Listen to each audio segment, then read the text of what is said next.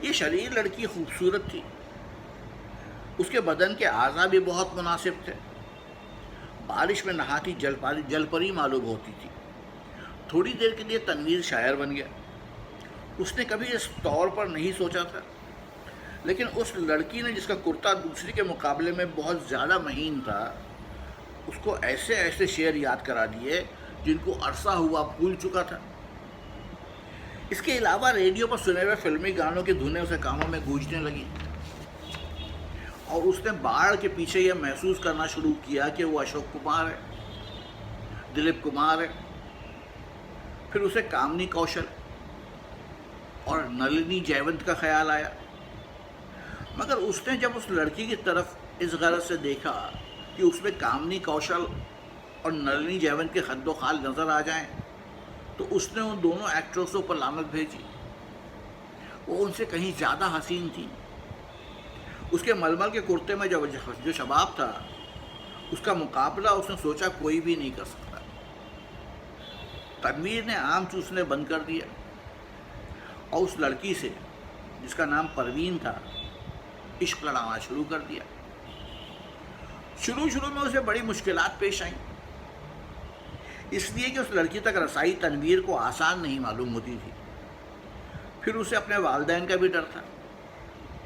اس کے علاوہ اسے یہ بھی یقین نہیں تھا کہ وہ اس پر ملتفت ہوگی یا نہیں۔ بہت دیر تک وہ انہی الجھنوں میں گرفتار رہا، راتیں جاگتا رہا، جھاڑیوں کی پسقط جھاڑ کے پاس جاتا مگر وہ نظر نہ آتی، گھنٹوں وہاں کھڑا رہتا، اور وہ بارش والا منظر جو اس نے دیکھا تھا آنکھیں بند کر کے ذہن میں دہراتا رہتا۔ بہت دنوں کے بعد آخر اس کو ایک روز سے ملاقات کرنے کا موقع مل گیا۔ وہ اپنے باپ کی کار میں گھر کے کسی کام کی غرض سے جا رہا تھا کہ پروین سے اس کی مٹ بھیڑ ہو گئی۔ وہ کار سٹارٹ کر چکا تھا کہ ساتھ والی کوٹھی میں سے تنویر کے خوابوں کی شہزادی نکلی۔ اس نے ہاتھ سے اشارہ کیا کہ وہ موٹر روک لے۔ تنویر گھبرا گیا۔ ہر عاشق ایسے موقع پر گھبرا ہی جایا کرتا ہے۔ اس نے موٹر کچھ ایسے بھونڈے انداز میں روکی کہ اس کو زبردست دھچکا لگا۔ اس کا سر زور سے اسٹیئرنگ وہیل کے ساتھ ٹکرایا، مگر اس وقت وہ شراب کے نشے سے زیادہ مخمور تھا۔ اس کو اس کی محبوبہ نے خود مخاطب کیا تھا۔ پروین کے ہونٹوں پر ایک گہرے سرخ رنگ کی لپسٹک تھپی ہوئی تھی۔ اس نے سرخ مسکراہٹ سے کہا، معاف فرمائیے گا، میں نے آپ کو تکلیف کی۔ بارش ہو رہی ہے، تانگا اس دور دراز جگہ پر ملنا محال ہے، اور مجھے ایک ضروری کام سے جانا تھا۔ آپ میرے ہمسائے ہیں، اس لیے آپ کو یہ زحمت دی۔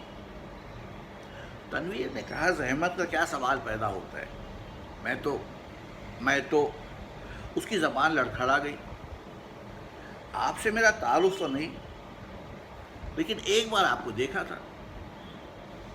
پروین اپنی سرخ مسکراہٹوں کے ساتھ کار میں بیٹھ گئی اور تنویر سے پوچھا، آپ نے مجھے کب دیکھا تھا؟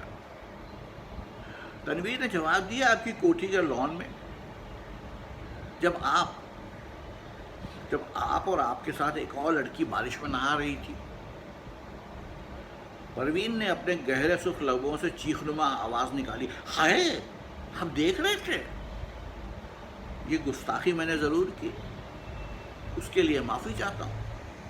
پروین نے ایک ادا کے ساتھ اس سے پوچھا، آپ نے دیکھا کیا تھا؟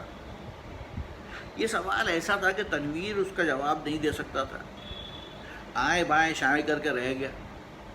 جی کچھ نہیں، بس آپ کو، میرا مطلب ہے کہ دو لڑکیاں تھیں جو بارش میں نہا رہی تھی اور خوش ہو رہی تھی۔ میں اس وقت آم چوس رہا تھا۔ پروین کے گہرے سرخ لبوں پر شریر مسکراہٹ پیدا ہوئی۔ اب آم چوستے کیوں ہیں؟ کاٹ کر کیوں نہیں کھاتے؟ تنویر نے موٹر سٹارٹ کر دی۔ اس کی سمجھ میں نہ آیا کہ اس سوال کا کیا جواب دے۔ چنانچہ وہ گول کر گیا، آپ کو میں کہاں ڈراپ کر دوں؟ پروین مسکرائی، آپ مجھے کہیں بھی ڈراپ کر دیں، وہی میری منزل ہوگی۔ تنویر نے یوں محسوس کیا کہ اسے اپنی منزل مل گئی ہے. لڑکی جو اس کے پہلو میں بیٹھی ہے اب اسی کی ہے، لیکن اس میں اتنی جرأت نہیں تھی کہ وہ اس کے ہاتھ دبائے یا اس کی کمر میں 1-2 سیکنڈ کے لیے اپنا بازو حمائل کر دے. بارش ہو رہی تھی، موسم بہت خوشگوار تھا. اس نے کافی دیر سوچا. موٹر کی رفتار اس کے خیالات کے ساتھ ساتھ تیز ہوتی گئی. آخر اس نے ایک جگہ اسے روک لیا اور جذبات سے ملغوب ہو کر اس کو اپنے ساتھ چمٹا لیا. اس کے ہونٹوں سے اپنے ہونٹ پیوست کر دیا. اس کو ایسا محسوس ہوا کہ وہ کوئی بہت ہی لذیذ آم چوس رہا ہے. پروین نے کوئی مزاحمت نہ کی، لیکن فوراً تنویر کو یہ احساس بڑی شدت سے ہوا کہ اس نے بڑی ناشائستہ حرکت کی ہے. غالباً پروین کو اس کی حرکت پسند نہیں آئی.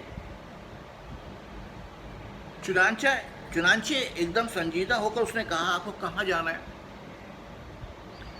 پروین کے چہرے پر یوں خفگی کے کوئی آثار نہیں تھے، لیکن تنویر محسوس کر رہا تھا جیسے وہ اس کے خون کی پیاسی ہے. پروین نے اسے بتایا کہ اسے کہاں جانا ہے. جب وہ اس جگہ پہنچا تو اسے معلوم ہوا وہ رنڈیوں کا چکلا ہے.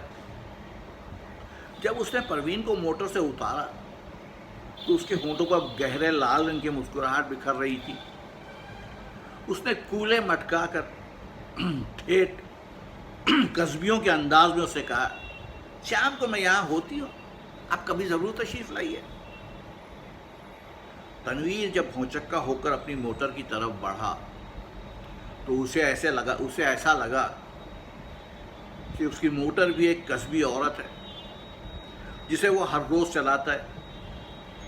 اس کی لال بتی لپسٹک ہے جو پروین کے ہونٹوں پر تھپی ہوئی تھی. وہ واپس اپنی کوٹھی میں چلا آیا. بارش ہو رہی تھی اور تنویر بے حد مغموم تھا. اس کو ایسا محسوس ہوا کہ اس کی آنکھوں کے آنسو بارش کے قطرے بن کے ٹپک رہے ہیں.